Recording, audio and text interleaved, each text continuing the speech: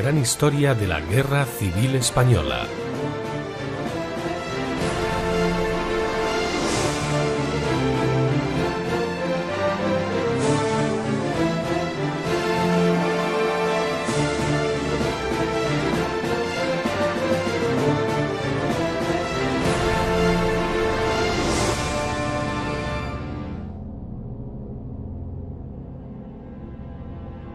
Las guerras son la peor enfermedad del ser humano. Y las contiendas que enfrentan a hermanos, padres o gentes de un mismo país son siniestras. En ambas retaguardias de la Guerra Civil Española se van a cometer las mayores crueldades. El crimen sin freno será la mejor forma de saldar deudas, envidias y por supuesto de acabar con el adversario político. No hay nada que hicieran unos y no lo hicieran los otros. España se convertirá en un magnífico campo de pruebas para evaluar el rendimiento de nuevos armamentos y tácticas militares para la futura contienda mundial. La Guerra Civil Española marca el primer antecedente de la Segunda Guerra Mundial, el fin de una época bélica y el comienzo de las guerras modernas. Voluntarios de más de 20 países vendrán a luchar en una guerra que no es la suya, bien por ideales o bien como soldados a sueldo. Hombres de todo el mundo vendrán a España a combatir por los españoles y por ellos mismos.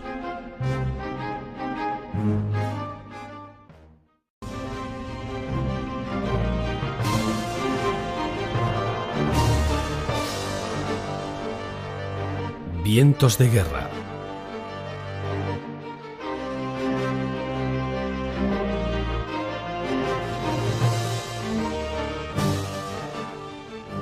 Durante los convulsos años 30, el mundo occidental hierve de ideologías políticas antagónicas. La crisis de las democracias occidentales en el periodo de entreguerras propicia el auge de regímenes totalitarios en muchos países de Europa.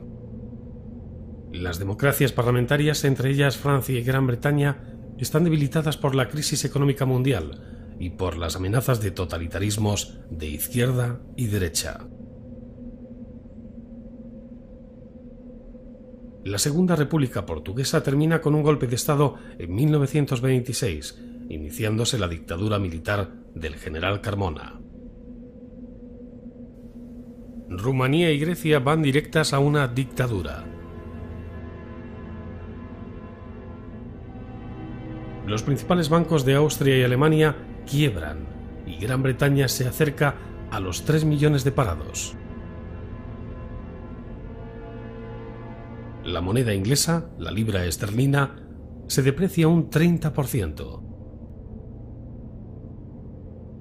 Las ideologías de extrema izquierda y derecha, comunismo y fascismo, luchan por controlar a las masas.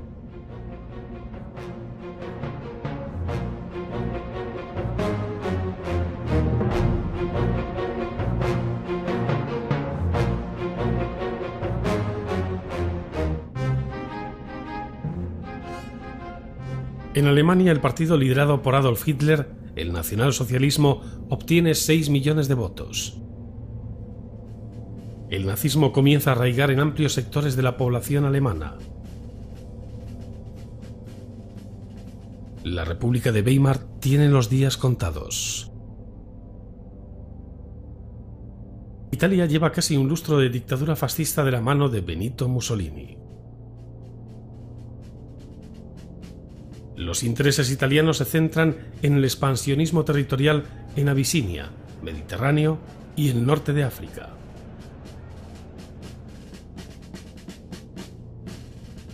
Y en la antigua Rusia, la URSS, con el triunfo de la revolución bolchevique de 1917, comienza el periodo dictatorial comunista. Joseph Stalin se convierte en presidente del Soviet Supremo.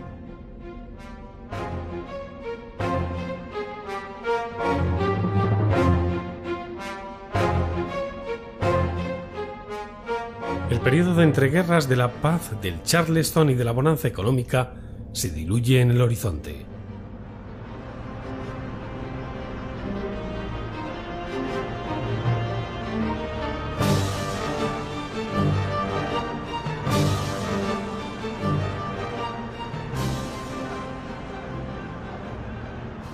fantasma de la guerra vuelve a planear por Europa. Países como Alemania e Italia rearmándose para un futuro incierto. Francia e Inglaterra negociando lo innegociable.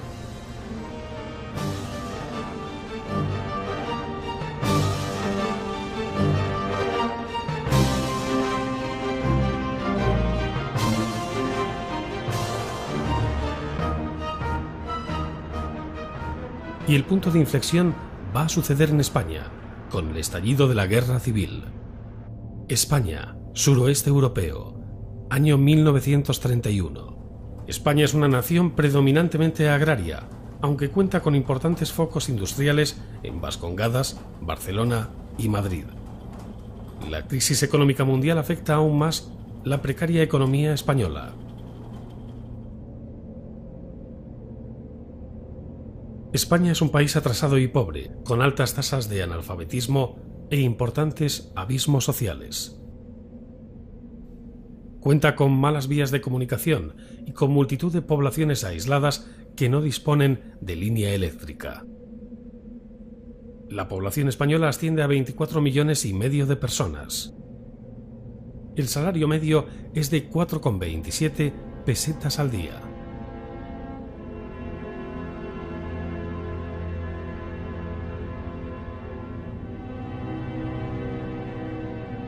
El campo se hunde y las ciudades industriales reciben a más gente de la que pueden acoger. Es el fracaso de un modelo de sociedad.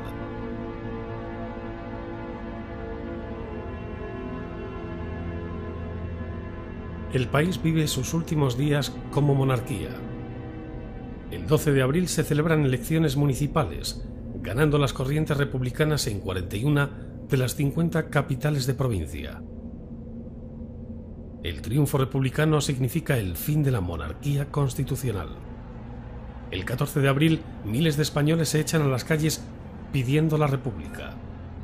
La bandera tricolor ondea en toda España en un acto espontáneo, en ayuntamientos, en balcones, por las calles. Tiene una característica diferenciadora: la franja morada debajo de la roja y amarilla. La nueva bandera sustituye a la monárquica roja y gualda. Esa misma noche se aprueba la amnistía de presos políticos. Miles de republicanos exiliados regresan en tren desde París. Los madrileños los reciben gozosos en la Estación del Norte. Con el Palacio Real cercado, los ánimos encendidos y la muchedumbre en las calles, el rey decide abandonar el país. La noche del 14 de abril, el rey Alfonso XIII marcha de incógnito a Cartagena y llega a Marsella a bordo de un crucero. Al día siguiente, su familia viaja en tren hasta París. El 16 de abril, renuncia al trono. La Segunda República Española acaba de nacer.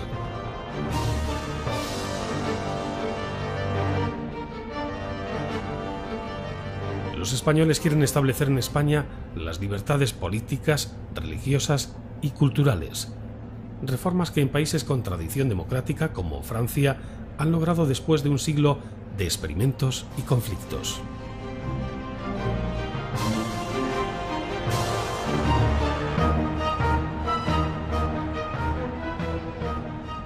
El nuevo gobierno inicia su andadura en una época de lo menos propicia.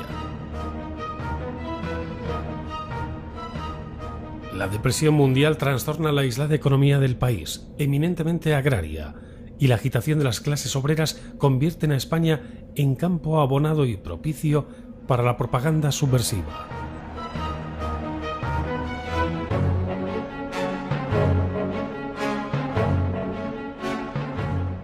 El gobierno provisional nombra a los siguientes ministros: Diego Martínez Barrio, Comunicaciones; Álvaro de Albornoz, Fomento; Largo Caballero, Trabajo y Previsión Social; Miguel Maura, Gobernación; Alejandro Lerroux, Estado; Alcalá Zamora, Presidente del Gobierno; Luis Dolber, Economía; Fernando de los Ríos, Justicia; Indalecio Prieto, Hacienda; Domingo San Juan, Instrucción Pública y Bellas Artes; Manuel Azaña, Guerra; y Casares Quiroga, Marina.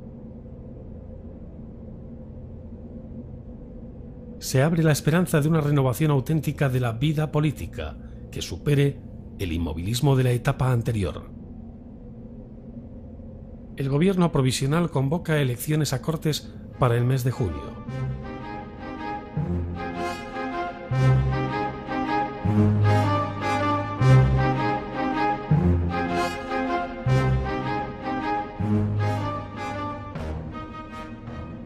El 11 de mayo, con la permisividad del gobierno y la complicidad de algunas autoridades locales, se produce una oleada de quema de conventos e iglesias por todo el país. Los católicos, mayoría todavía en España, reaccionan agrupándose en las filas de la oposición de derechas. En Navarra estos sucesos sirven para reactivar el renacimiento de los requetés, todavía con carácter preventivo y con fines de custodia de templos y conventos. El 14 de octubre las Cortes aprueban el artículo más conflictivo de la Constitución, el 26. Ni sacerdotes ni religiosos tendrán derecho a ejercer la enseñanza, ni ningún tipo de actividad industrial ni mercantil.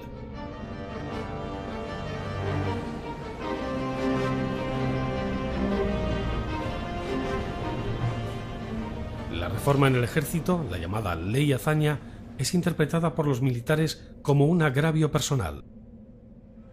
En los primeros meses de República se producen numerosas huelgas, violencia callejera, incendio de iglesias y otros desórdenes.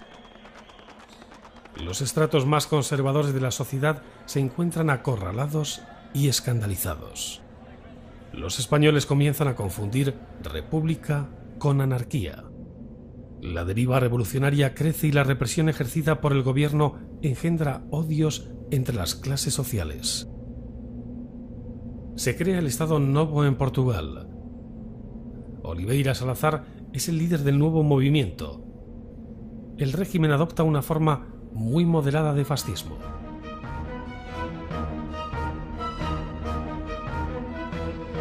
En Alemania, el partido de Hitler alcanza un tercio de los diputados del Parlamento alemán. En España, los meses de marzo, abril y mayo de 1932 son trágicos. Bombas, atracos, muertos, agresiones, motines, tiroteos, peleas, asaltos a cortijos y cuarteles de la Guardia Civil. Las revueltas anarcosindicalistas son frecuentes. En ese momento existen numerosas variantes de anarquismo en España: el anarquismo del campesinado en la zona rural de Andalucía, el anarcosindicalismo urbano en Cataluña, particularmente en su capital Barcelona, y lo que es a veces llamado anarquismo puro en otras ciudades tales como Zaragoza. El movimiento gana velocidad con el alzamiento del anarcosindicalismo y la creación del gran sindicato libertario, la CNT. Las huelgas generales llegan a hacerse comunes y una gran porción de la clase obrera española adopta las ideas anarquistas. La FAI es creada como una asociación puramente anarquista, con la intención de mantener la CNT centrada en los principios del anarquismo.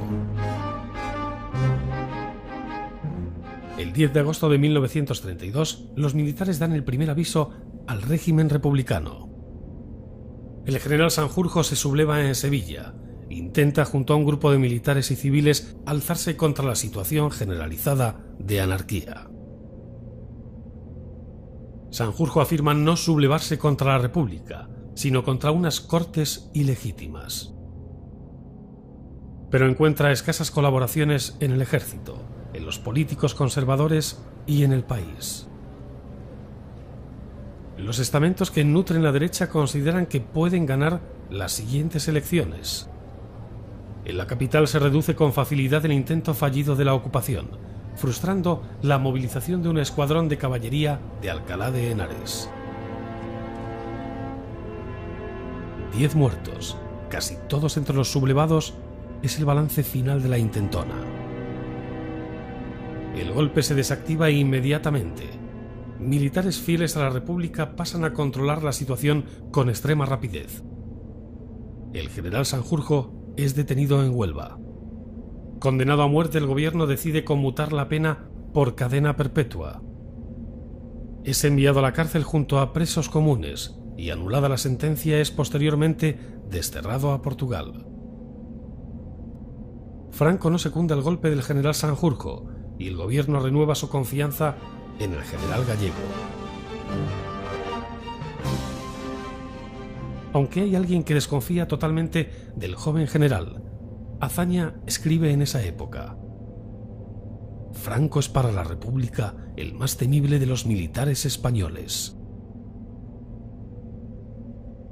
1933 comienza con la misma crispación internacional y nacional que en 1932. En Portugal, la nueva constitución otorga plenos poderes al dictador Oliveira Salazar. La nación portuguesa se configura como un régimen totalitario. En Alemania, a las 12 de la mañana del 30 de enero de 1933, se anuncia al pueblo alemán mediante una breve declaración: el presidente del Reich ha proclamado canciller al señor Adolf Hitler.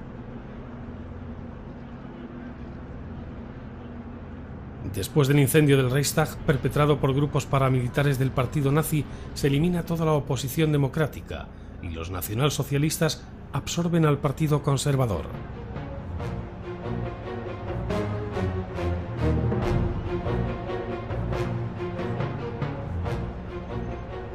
El partido nazi ordena el boicot de los negocios judíos, se prohíben los partidos de la oposición, se promulga la ley de pureza racial y se crean los primeros campos de concentración.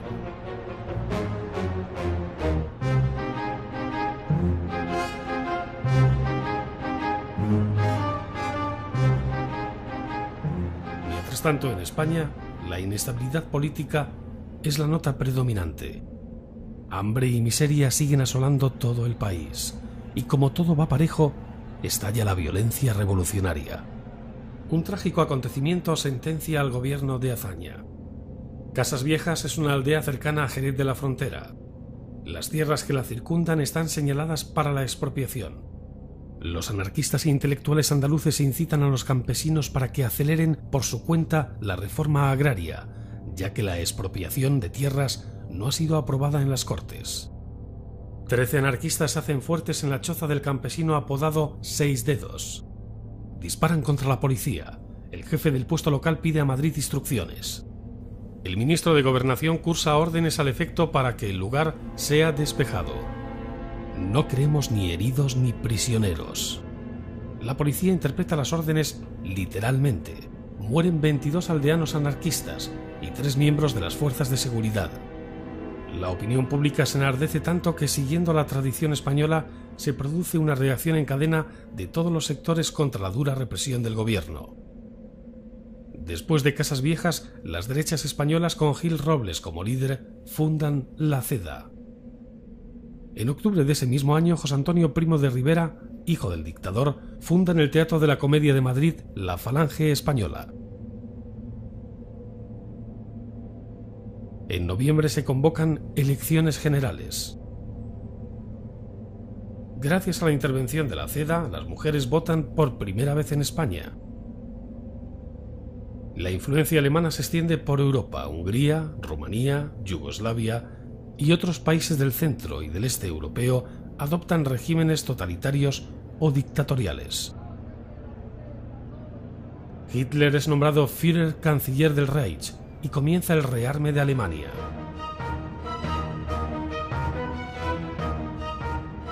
El presidente de Austria, Dollfuss, es asesinado por nazis austriacos.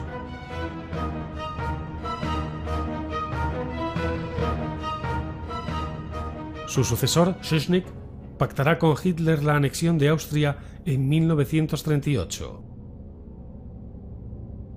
En España, la crispación política tiene al país en vilo. El ambiente preelectoral está al rojo vivo. Todos los partidos que se pretenden parlamentarios apelan a la fuerza de la calle, utilizando un lenguaje belicoso muy alejado de la moderación. Si los burgueses no quieren, haremos la revolución violentamente. Largo caballero. Librar a España de la tiranía roja. Si los socialistas pierden la batalla, tendrán que aguantarse. Gil Robles. En 1934 vence la CEDA en las elecciones, pero la victoria no gusta nada a la dirección del PSOE. El 4 de marzo, Falange Española y las Jons se unen. Primo de Rivera escribe a Franco: «Ya conoce usted lo que se prepara, no un alzamiento tumultuario callejero, sino un golpe de técnica perfecta, con arreglo a la escuela de Trotsky, y quién sabe si dirigido por Trotsky mismo». Desde la primavera de 1934, la dirección del PSOE se manifiesta decidida a romper con la legalidad republicana y a practicar una política abiertamente revolucionaria. Alejandro Lerroux forma el primer gobierno de centro-derecha el 4 de octubre. 3 ministros de la CEDA pasan a formar parte del gobierno. La izquierda, utilizando la fuerza, lleva a cabo un intento de hacerse con el poder. Se anuncia una huelga general revolucionaria.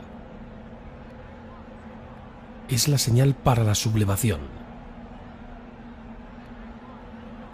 Los socialistas y la Generalitat de Cataluña se lanzan a la lucha armada con la complicidad de toda la izquierda española.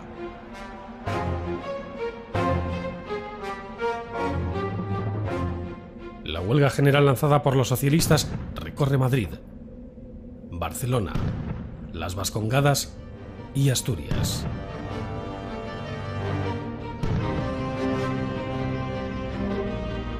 En Barcelona, Companys, presidente de la Generalitat, se rebela contra el gobierno central y proclama el Estado catalán.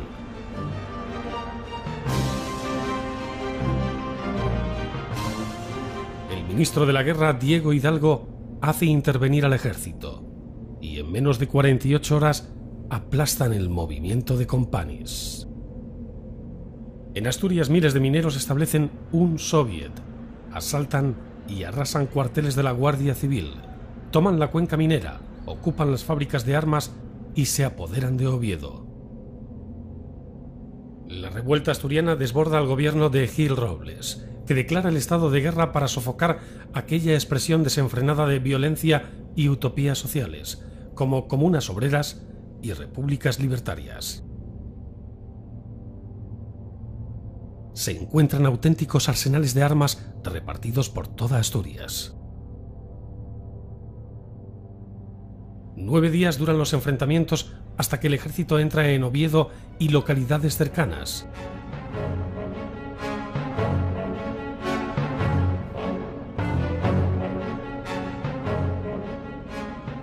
El gobierno, aconsejado por Franco y Godet, envía al teniente coronel Yagüe y sus fuerzas africanas. También es enviado el general López Ochoa para pactar con los mineros. Acuerda los términos de la rendición. Pero los mineros vuelan la catedral de Oviedo. El 12 de octubre el ejército entra en la capital asturiana y el 24, con más de 2000 muertos, termina la llamada Guerra de los 15 días.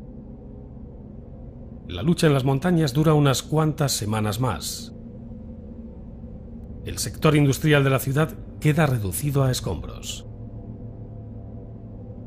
730 edificios son destruidos. Las fuerzas gubernamentales capturan cerca de 90.000 armas largas, 3.000 pistolas y alrededor de 500.000 cartuchos. Lo ocurrido en Asturias se aproxima como concepto a lo ocurrido en Rusia en 1917.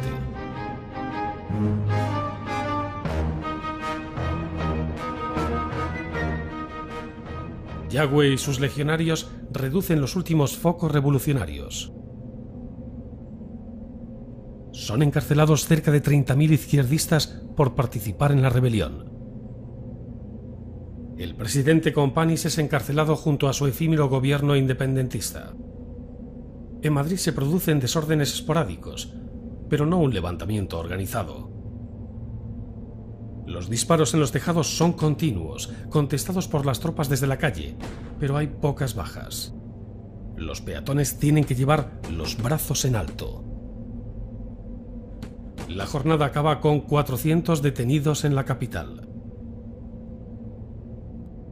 El ejército y la guardia de asalto tienen que hacerse cargo de los servicios y del transporte en Madrid.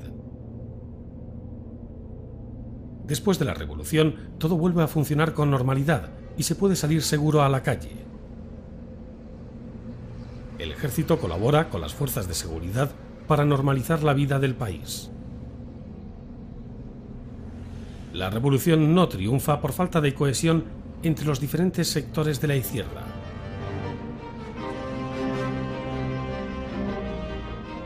En los años 1935 y 1936, la situación europea se agrava con los envites de Hitler y Mussolini.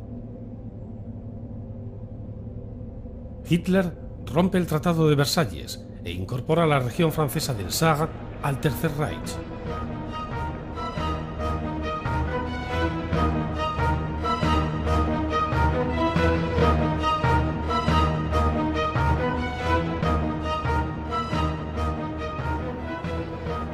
El orgullo del pueblo alemán resurge desde la Primera Guerra Mundial.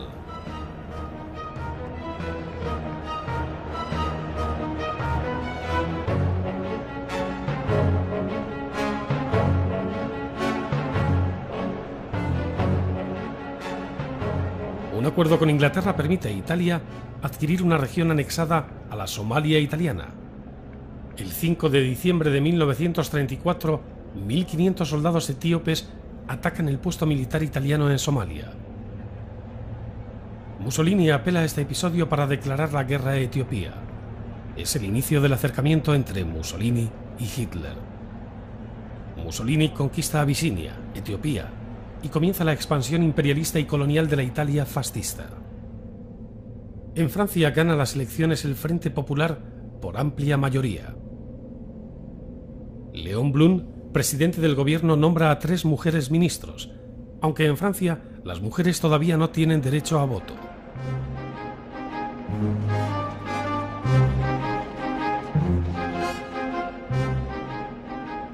En España, superado el conato de revolución, todo vuelve a funcionar con normalidad. Hay que buscar algo para minar la confianza del pueblo en el viejo gobierno conservador. Y los dioses revolucionarios envían a Daniel Strauss. El escándalo salpica al gobierno por un asunto de ruletas trucadas y extraperlo, en el que se ve involucrado el hijo adoptivo de Lerroux.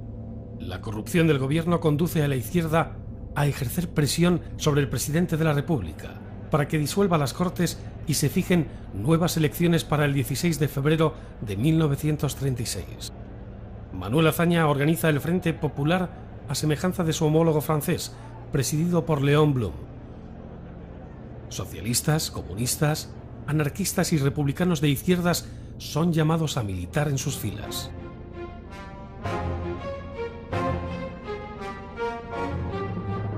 La izquierda ha aprendido la lección de la revolución de 1934 y se unen en un solo bloque para presentarse a las elecciones.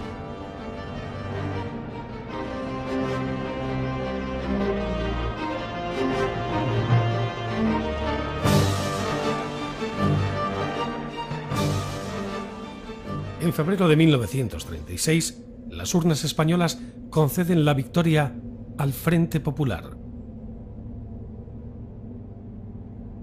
Las apuestas daban por vencedor a Gil Robles y su Acción Popular, pero en la madrugada del 17 de febrero, un giro repentino en los resultados de algunas provincias clave desbanca la mayoría derechista.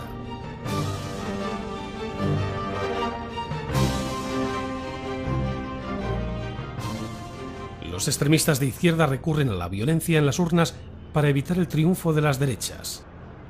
A pesar de estas medidas, estas obtienen 4.570.000 votos, contra los 4.356.000 de las izquierdas. Pero la victoria, debido al sistema electoral, irá a manos del Frente Popular. Cuando las masas izquierdistas se enteran al despertar en la mañana del 17 de febrero, no esperan a que se hagan públicos los resultados oficiales, que no aparecerían hasta el día 20, e inician una serie de manifestaciones contra los derechistas y sus propiedades.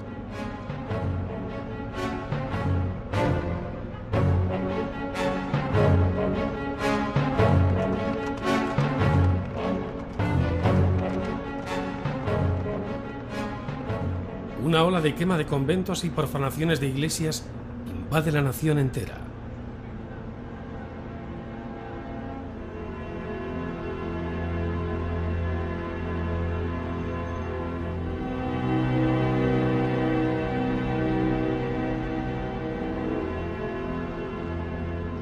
se desata una intensa campaña contra las Fuerzas Armadas.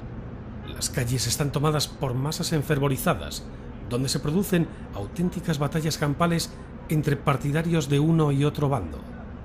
Se alza un gran clamor de las victoriosas izquierdas para liberar a los prisioneros políticos y se redacta con urgencia un decreto de amnistía.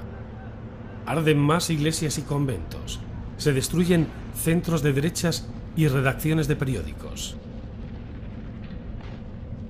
La represión del gobierno, los editoriales de prensa, la ceniza de los conventos configuran un clima de funestos presagios.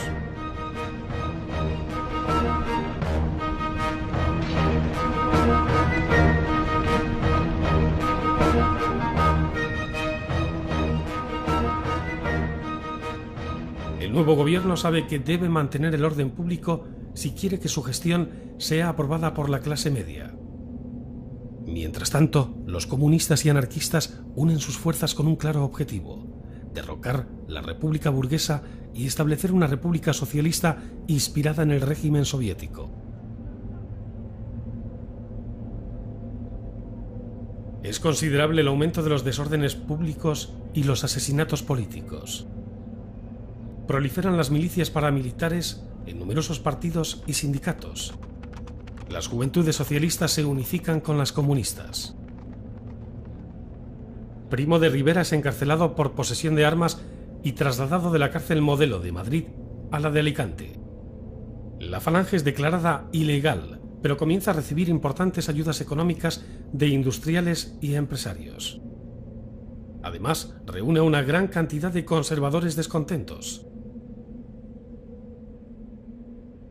El nuevo gobierno de Azaña suspende el pago de las rentas de Andalucía y Extremadura como primer paso hacia una renovada y más rápida distribución de tierras. Los campesinos, ansiosos de recoger sin más tardanza los frutos de la victoria, se apoderan de las fincas de los grandes terratenientes antes de que el nuevo gobierno tenga tiempo de preparar legalmente la expropiación. El capital comienza a emigrar del país. La peseta se tambalea como resultado de la sangría.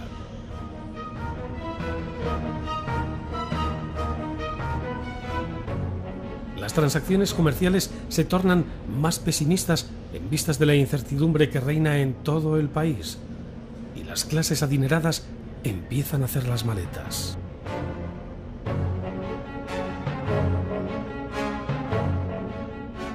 Todos los militares africanistas se sienten agraviados por la política del gobierno. Azaña traslada fuera de Madrid a los generales cuyos nombres suenan con más persistencia en relación con conspiraciones militares. El general Sanjurjo, desde su exilio forzado en Lisboa, se autoproclama como líder de la conspiración. Emilio Mola es suspendido de su puesto en Marruecos al frente de la Legión y de los regulares, y es enviado como máximo responsable militar a Pamplona. El general Godet es enviado a las Baleares y el general Franco a las Canarias, el limbo para los generales considerados como amenazas en potencia. Azaña, en su obstinación de alejar a Franco lo más posible, comete la ingenuidad de enviarlo allí. El gobierno del Frente Popular está posicionando sin saberlo a las cabezas del levantamiento en sitios estratégicos. Comienza la conspiración golpista, un movimiento nacional que, según sus autores, debe evitar la ruina y la desmembración de la patria. A dicho movimiento se unen monárquicos, militares conservadores, carlistas y falangistas. Muchos militares que se habían mantenido al margen de todas las confabulaciones empiezan a pensar que la intervención del ejército va a ser necesaria para restablecer el imperio de la ley y la concordia. 2 oficiales mueren en las calles de Madrid. El ejército se siente perseguido por el pueblo.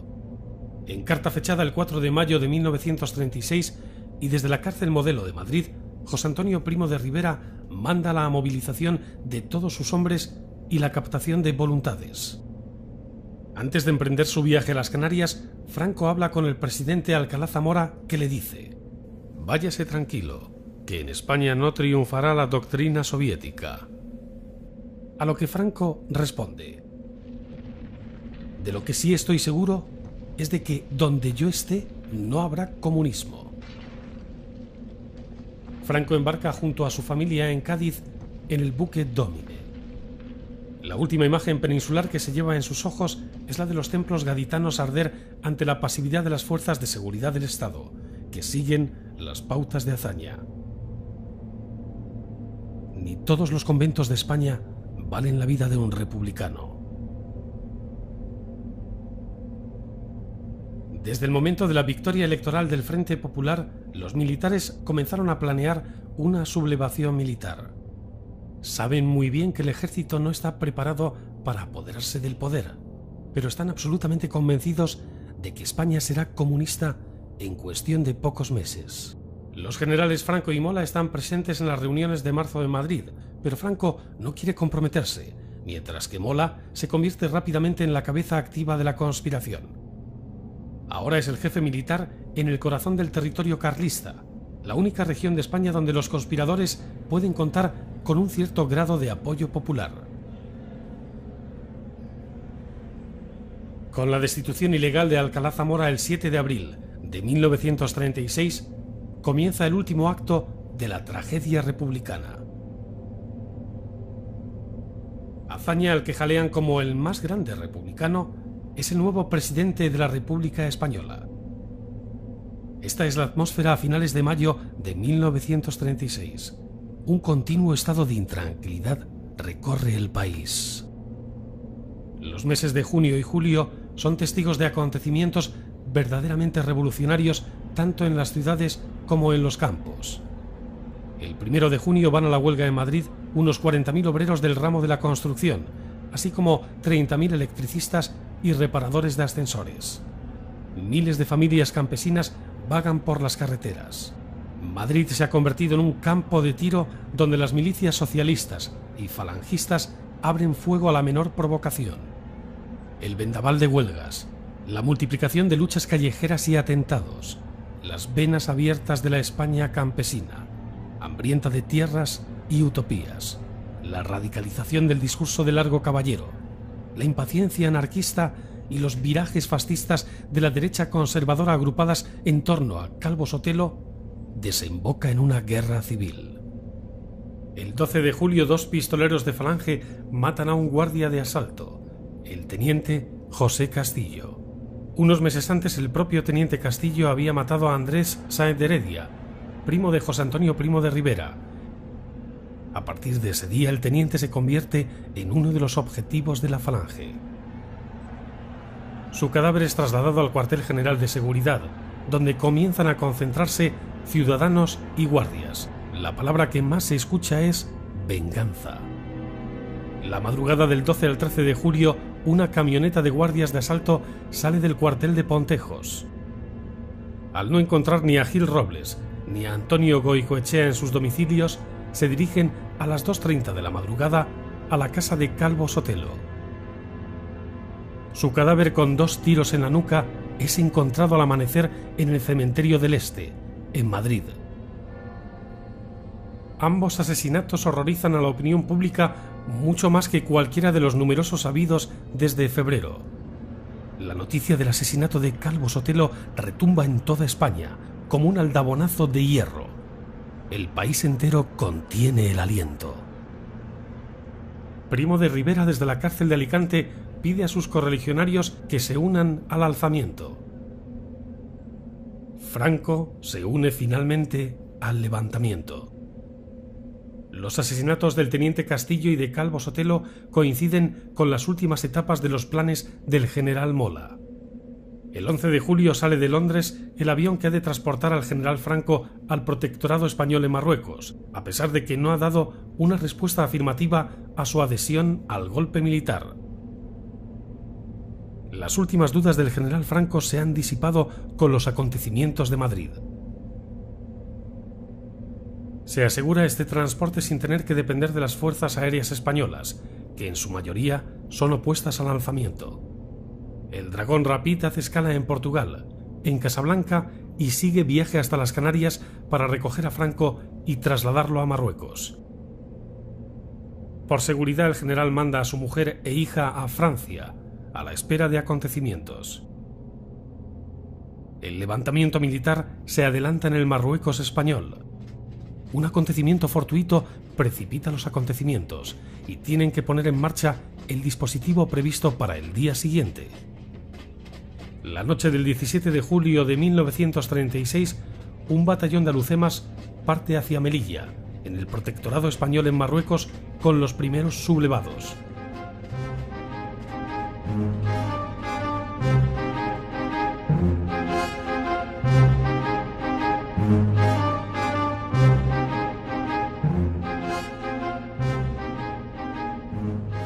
Las restantes guarniciones de Marruecos siguen el plan convenido sin grandes dificultades. Tetuán, Ceuta, Tánger y Larache, que es la última plaza en caer. La guarnición de Melilla se apodera de los edificios públicos, incluyendo la emisora de radio, e inmediatamente proclama el estado de guerra. La sedición coge por sorpresa a los oficiales republicanos, así como al gobierno de Madrid. Mientras tanto, se declara el estado de guerra en Tenerife por la radio. Esa madrugada a las 5 el general Emilio Mola manda un telegrama a diversas guarniciones de la península. Esta noche Elena ha dado a luz un hermoso niño. Es la señal para el levantamiento.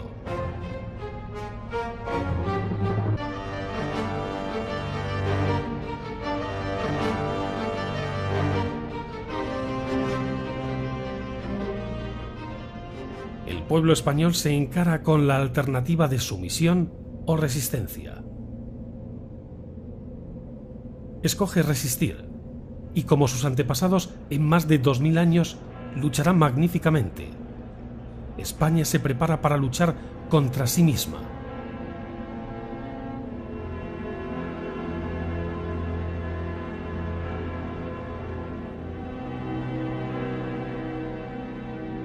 El mundo entero mira a España, y España se mira espantada.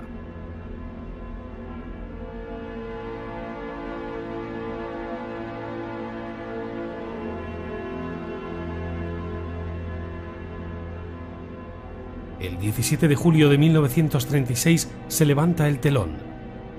El mundo vuelve a ser un lugar hostil y peligroso para vivir.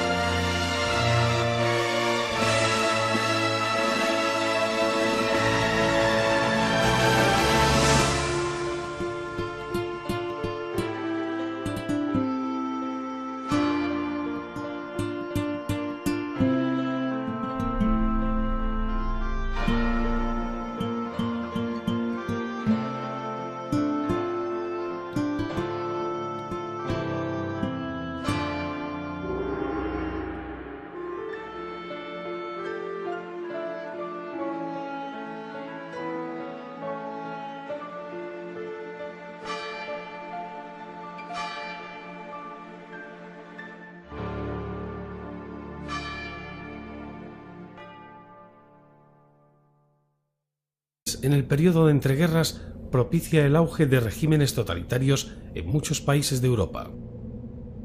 Las democracias parlamentarias, entre ellas Francia y Gran Bretaña, están debilitadas por la crisis económica mundial y por las amenazas de totalitarismos de izquierda y derecha.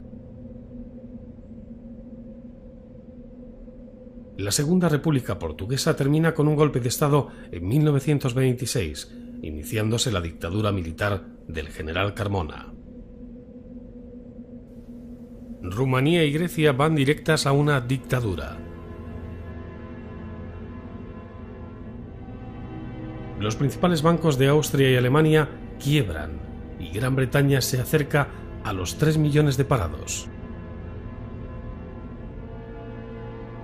La moneda inglesa, la libra esterlina de las guerras modernas. Voluntarios de más de 20 países vendrán a luchar en una guerra que no es la suya, bien por ideales o bien como soldados a sueldo. Hombres de todo el mundo vendrán a España a combatir por los españoles y por ellos mismos.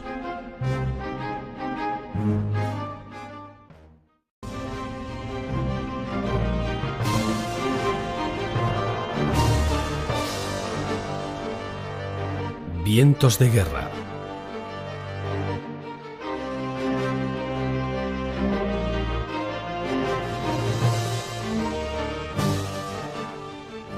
Durante los convulsos años 30, el mundo occidental hierve de ideologías políticas antagónicas.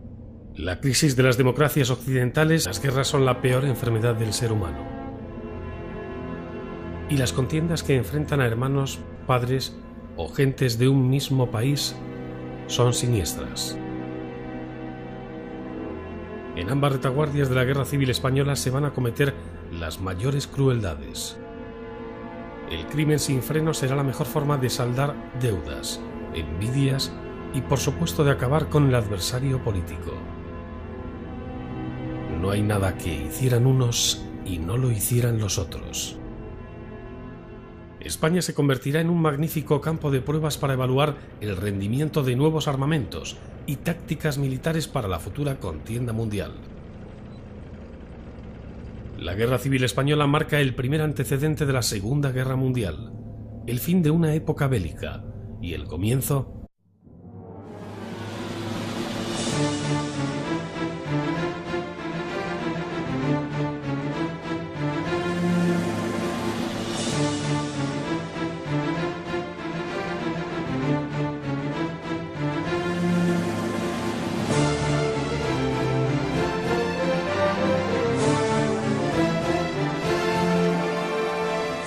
la gran historia de la Guerra Civil Española.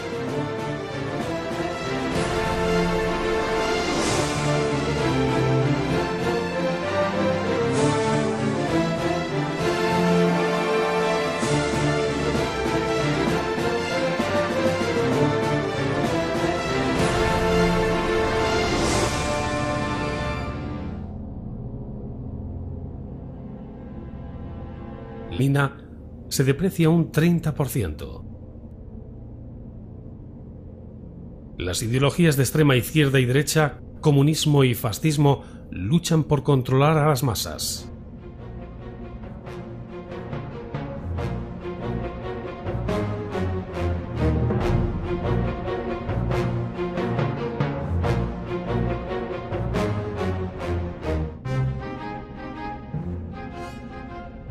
En Alemania, el partido liderado por Adolf Hitler, el nacionalsocialismo, obtiene 6 millones de votos. El nazismo comienza a arraigar en amplios sectores de la población alemana. La República de Weimar tiene los días contados. Italia lleva casi un lustro de